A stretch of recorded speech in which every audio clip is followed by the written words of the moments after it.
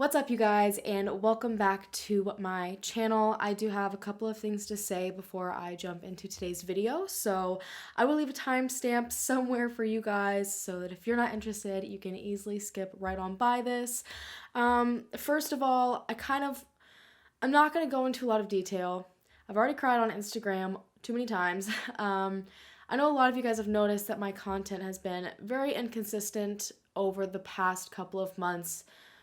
Honestly, for probably at least about 6 months, and then as of lately it's been very inconsistent, and I'm sure I've seemed a little off in my videos. For those of you that listen to my podcast, I had to have Stephanie Harlow fill in for me. I'm not going to get into the nitty-gritty of things just because I'm happy to even be able to be sitting down right now and filming a video. I'm just going to say that I'm going through a lot right now. Oh my god, I'm already about to cry. I'm going through some of the hardest personal things I've ever had to go through, and it's affected my work, unfortunately, and I have to take care of myself and I have to take care of my family, and it's kind of something that's been building up for a long time now. It's caused a lot of the inconsistency in my channel that so many of you guys have noticed, and now I'm just kind of weathering out the hardest part of the storm. And on that note, I'm trying to be as consistent as I can be given the circumstances, which is why I'm here today. Obviously, I know I missed last week, and I can't promise you there will be a video next week. I just know that eventually it will get back on track, and eventually I will be back in the swing of things the way that I want to be for you guys and for these families. Just right now I'm going through a lot, and I told a lot of you guys on my social media over the past couple of weeks about this, and the outpouring of love from you guys and support has been, oh god, here we go again. I don't even know how to thank you enough, because I've not spoken about what's going on. I am never going to speak about what's going on. It's something very personal to me. There's a reason why I don't bring a lot of my personal life into my channel. But for those of you that have noticed and said something to me and been kind and taken the time to do that, it's meant more to me than I could quite literally ever tell you. So I just wanted to say thank you. Thank you guys for your patience. Thank you for still being here. Thank you for watching my videos to begin with. Thank you for giving me this platform. Thank you for letting me sit on here every once in a while and be upset and vague about things and still supporting me and what I'm doing. So that's that, and I'm not going to speak on it anymore. I just kind of wanted to address the elephant that's been in the room for months now, and it's just kind of the time to do it. So anyways, now, the second thing that I really wanted to get into is something that means the absolute world to me.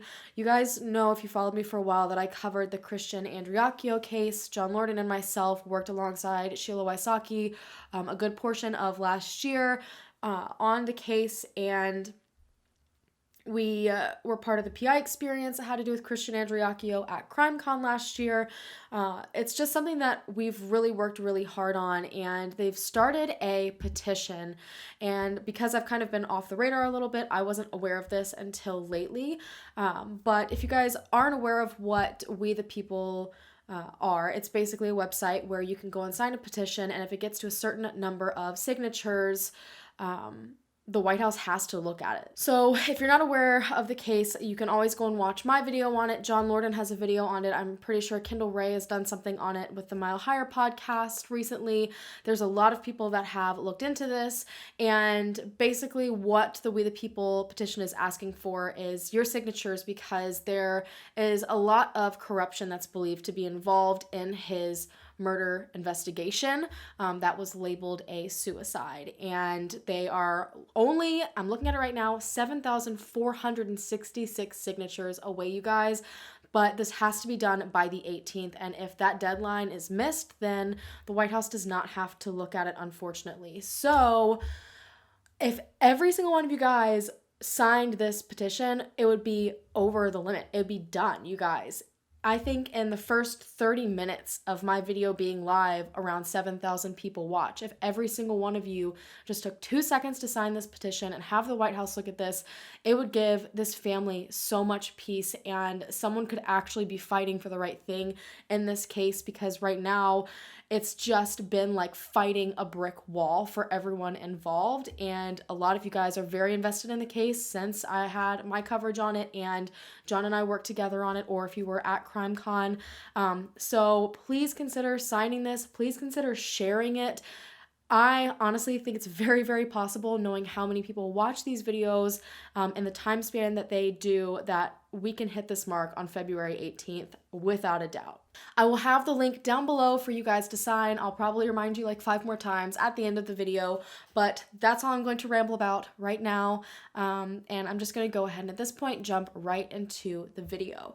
So today I am speaking about the disappearance of Brenda Jackson, and this is a smaller case, but the details are just astonishing, and the way that the families kind of had to fight alone and the way that authorities are viewing it, it's been very frustrating for those involved. There are a lot of people in the public that feel uncomfortable with how authorities handled it.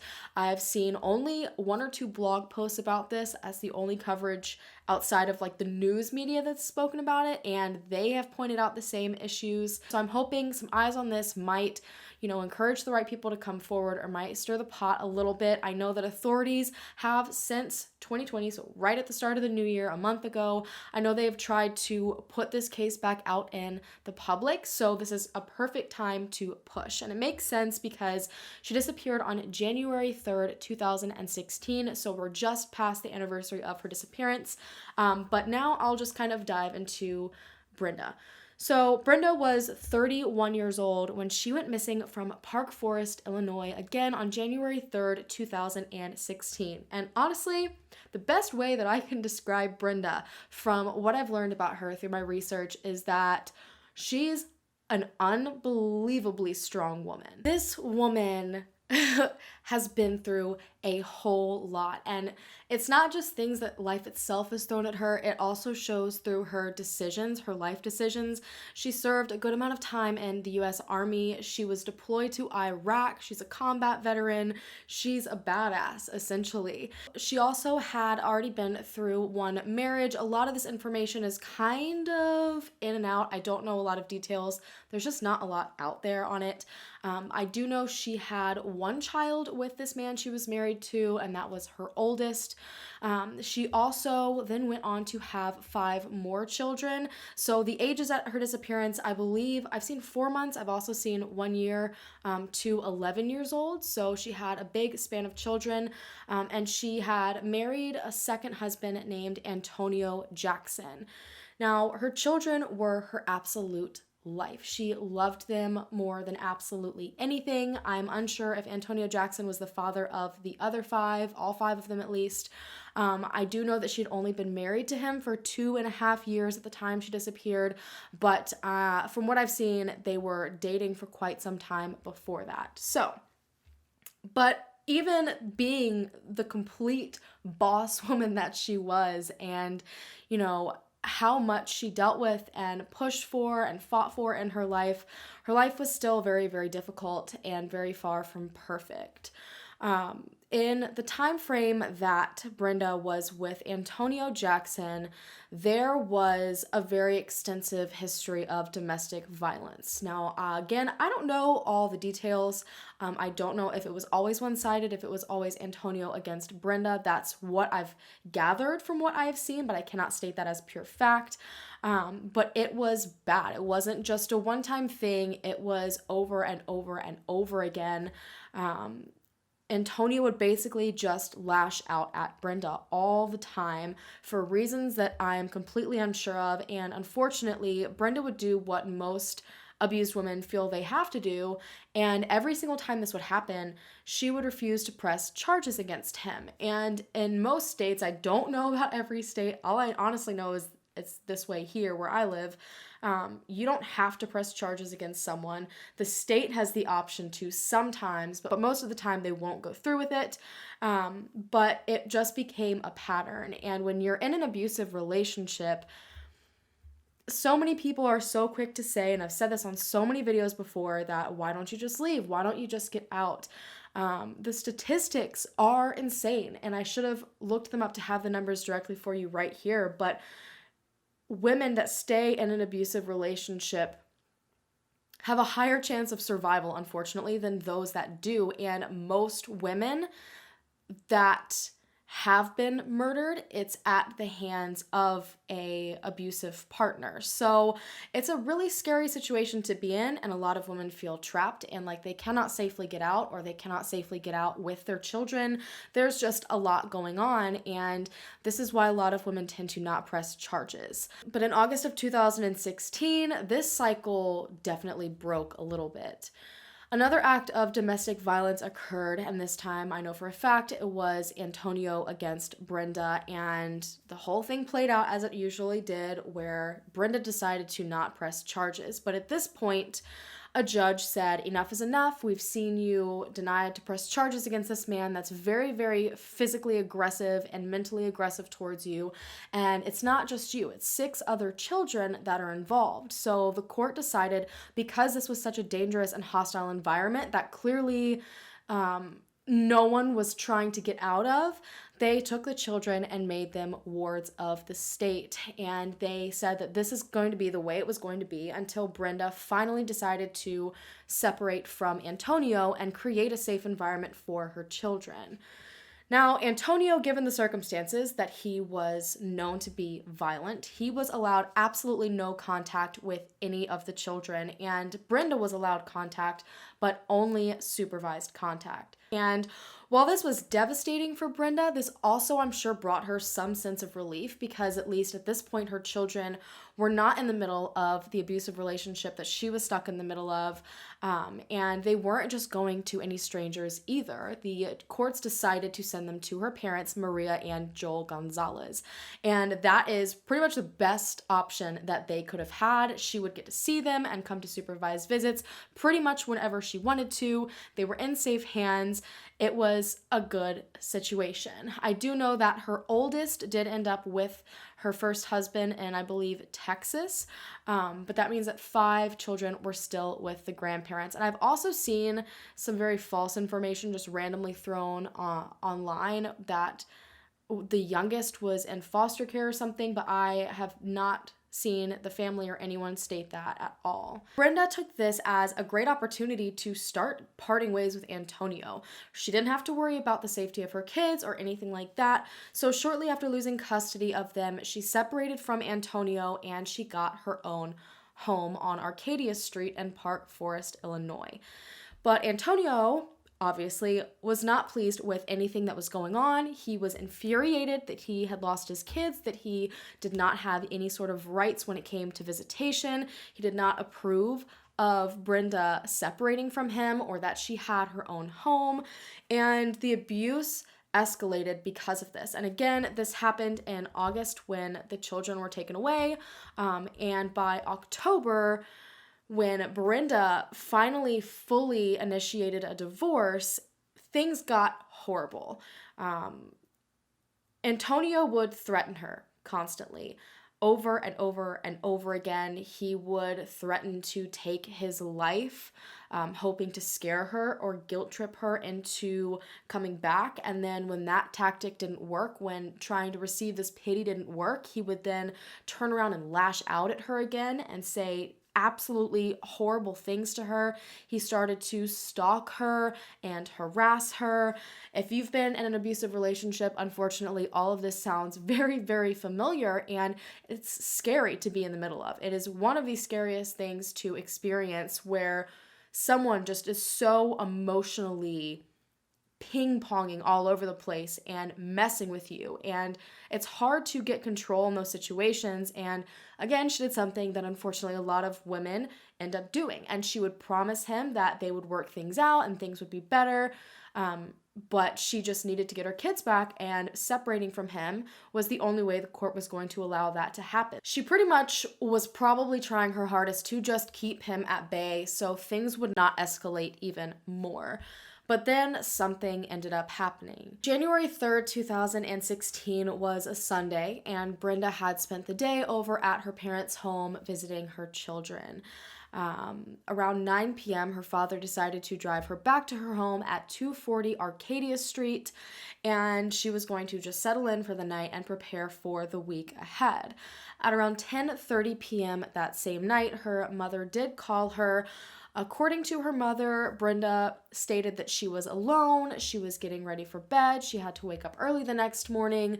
Nothing seemed off at all, and they all kind of ended the conversation with, we'll see you tomorrow. I'm assuming because of that statement that she was planning on coming over the next day to see her kids. That's something I don't know for a fact, it's just kind of what I'm assuming. But that's how things ended. Everything seemed fine. And then the following morning, Brenda had a shift at 5 a.m. at Rich South High School, which was a local high school not too far away, in the food service department. She had to be in very early to start prepping the food for the students. This was a shift that she was used to. She'd been doing this for a while. She was a very reliable employee, but for some reason, Brenda did not show up that morning to her shift. I'm unaware if her employer or any other fellow coworkers thought to contact her, or if they knew how to contact her or knew how to contact her family. I'm unsure entirely, but all I know is that she also never saw her parents that day. And I don't know if her parents thought maybe she was just trying to deal with one of the many problems going on in her life at the moment, or if she just needed some space because of everything that was going on.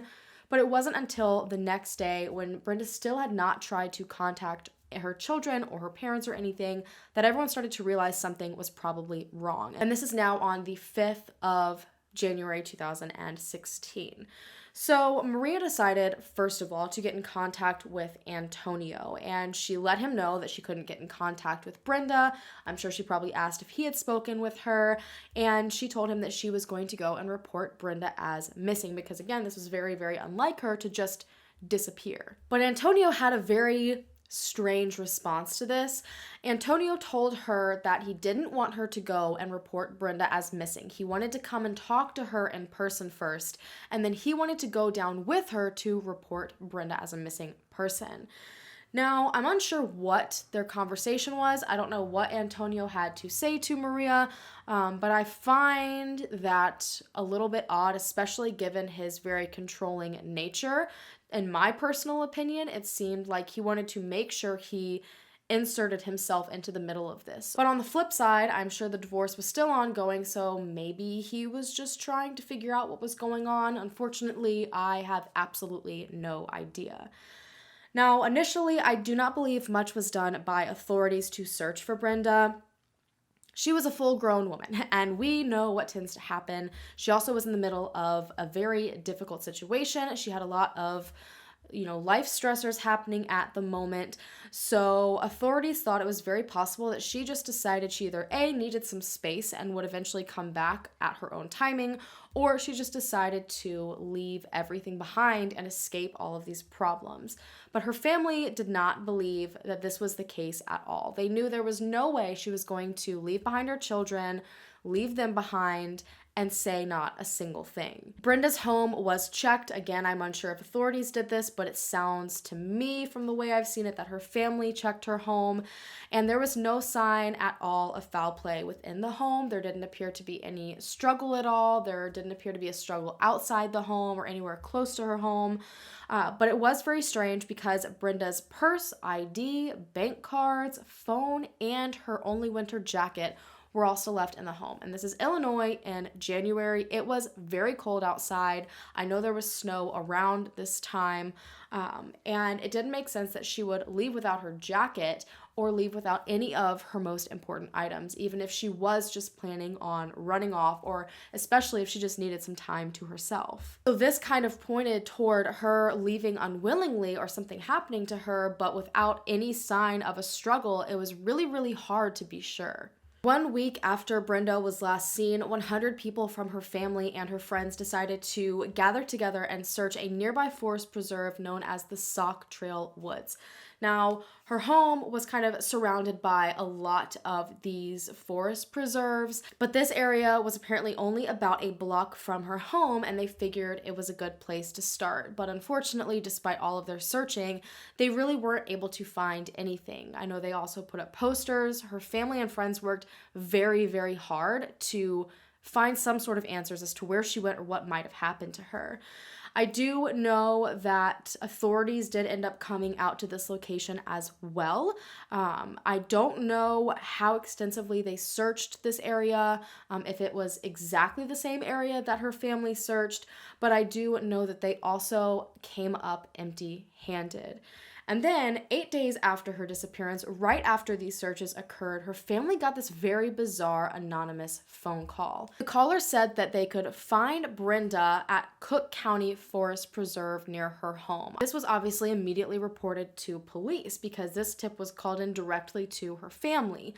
But authorities said that they weren't necessarily going to look into that right at the moment because they actually had another very promising lead, and this one shocked a lot of people.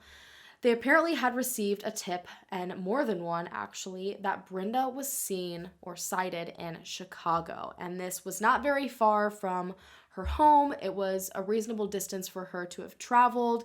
It's kind of one of the first major cities you would think of when you're thinking of Illinois, or if you're living in Illinois, it's a great place to get lost. And according to authorities, one of the people that sent this tip in of a sighting was so incredibly sure that it was Brenda. So they wanted to look into these sightings, and they, I guess, thought based on all of the things in her life that it was just way more likely that she ran off.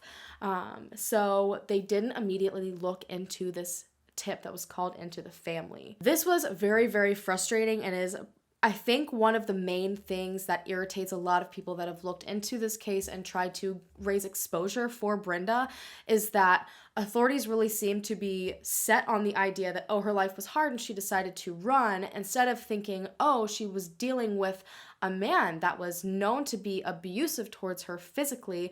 They had a whole laundry list of the times that he had assaulted her, but they didn't want to look into the possibility that maybe he could have done something initially. Now, again, we don't know for a fact they didn't look into it. I have not seen them state that they did or that they didn't, but what I have seen publicly said, it doesn't seem like they put a lot of emphasis on that being a possibility. Now, from what I know, to this day, the sightings have yet to be confirmed, but authorities are still really hanging on to the idea that she more than likely ran away. This was devastating for her family, who did not believe this. This was devastating for her friends, who also knew that she would never just run away from her family. But as if this wasn't enough to deal with, another nightmare hit. On January 21st, all of Brenda's children were removed from the care of Gloria and Joel. This is going to be something that a lot of people are going to pass judgments on, so just be careful what you say. As I always say, you never know who's going to be reading down below, and you never know what you would do in this situation, so just try to be gentle.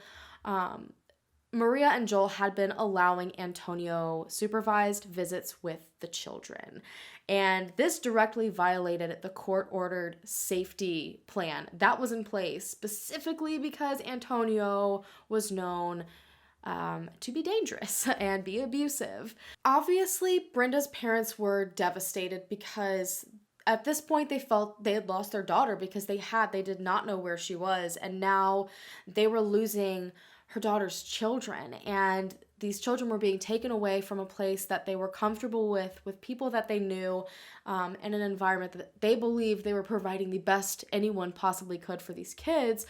But again, the court order was in place for a reason, and supervised visits with a man that's abusive is highly endangering the children's safety, especially in the midst of what was going on with their mother and his history and the fact that no one really knew if he could potentially be involved or not. And a lot of people were speculating why on earth Maria and Joel would allow this, but apparently after the children were taken, according to someone close to the situation, Maria and Joel said that the reason they started to let Antonio come for supervised visits was because they felt that he had something to do with Brenda's disappearance. They believed this would get them closer access to him and that they could maybe get some sort of answers or clues to lead them in the right direction.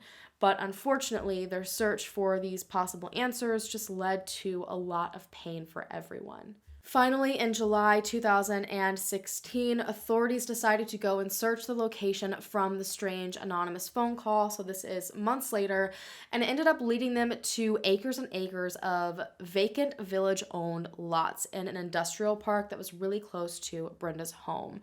And these lots had been empty for a very long time. I know they had been up for sale since 2014, so about 2 years. And they were able to narrow their search to Holly Street in particular, an area right off Holly Street from North to South Street. But from what I have seen, it was a very difficult area to search.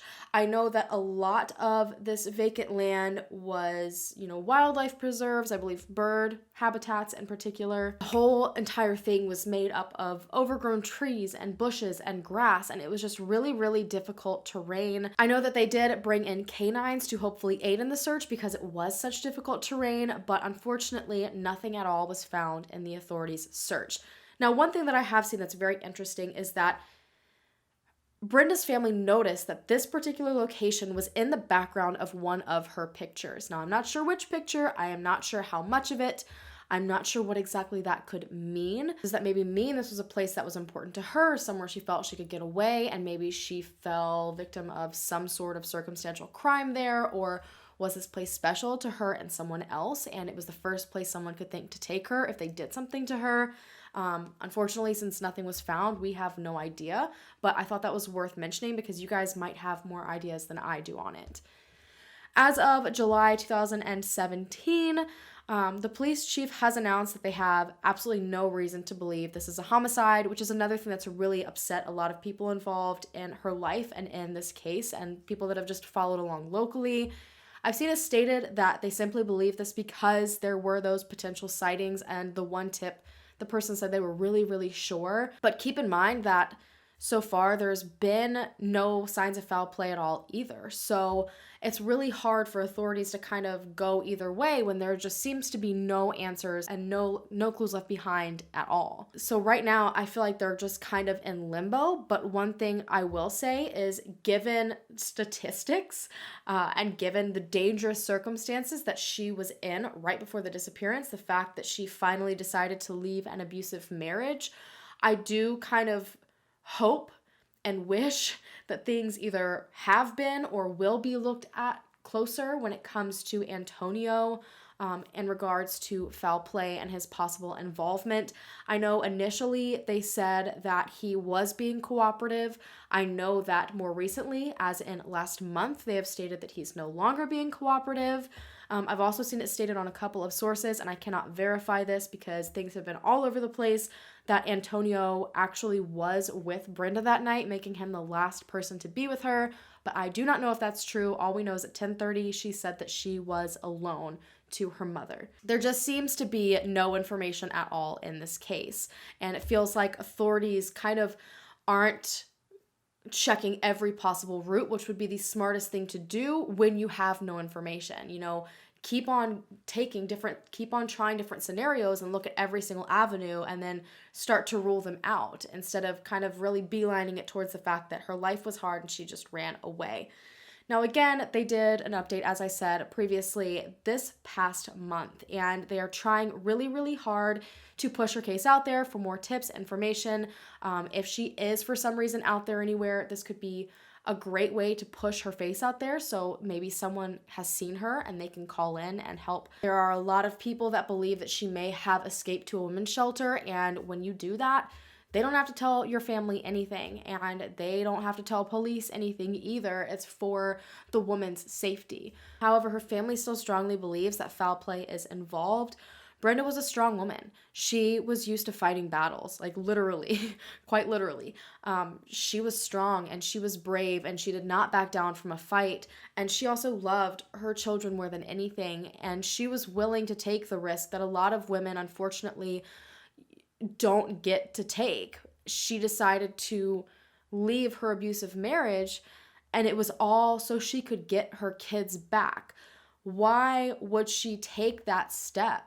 A step that she had not been willing to take and was terrified to take if she was just planning on running away. I do, however, think there's another possible side to this, to where maybe after she saw how things escalated, even after she left him, maybe she realized that there was really no escaping him, that what he was doing would probably never stop. And maybe she saw that her children were in safe hands, and she figured the best thing she could do would be to run away from the situation to keep everybody safe. However, at that point, you would assume she would still be checking in from wherever she can, and she would see that her children were taken away and it didn't go how she planned, and then you'd think maybe she would come back, but unfortunately, that's just all speculation and we don't know. There is a $3,000 reward for any information leading to Brenda's whereabouts, and as always, I will have all of the contact information that you need down below. If you have any information that you would like to share, her family misses her and her friends miss her, and most of all, her children miss her, and they need their mom in their life, or they at least need some sort of answer so they are not